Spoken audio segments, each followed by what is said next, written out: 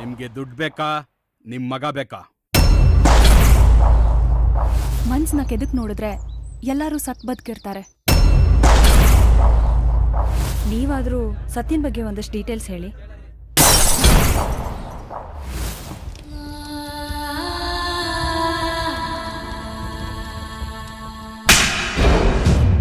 ಸತ್ಯ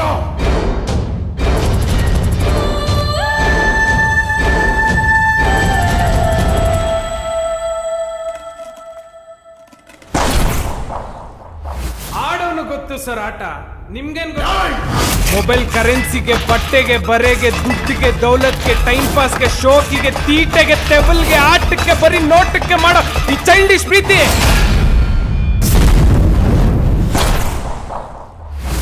ಅವನ ಬಗ್ಗೆ ಏನು ಅಂತ ಹೇಳಿ ಮೇಡಮ್. ರಾಮ್ ರಾಮ.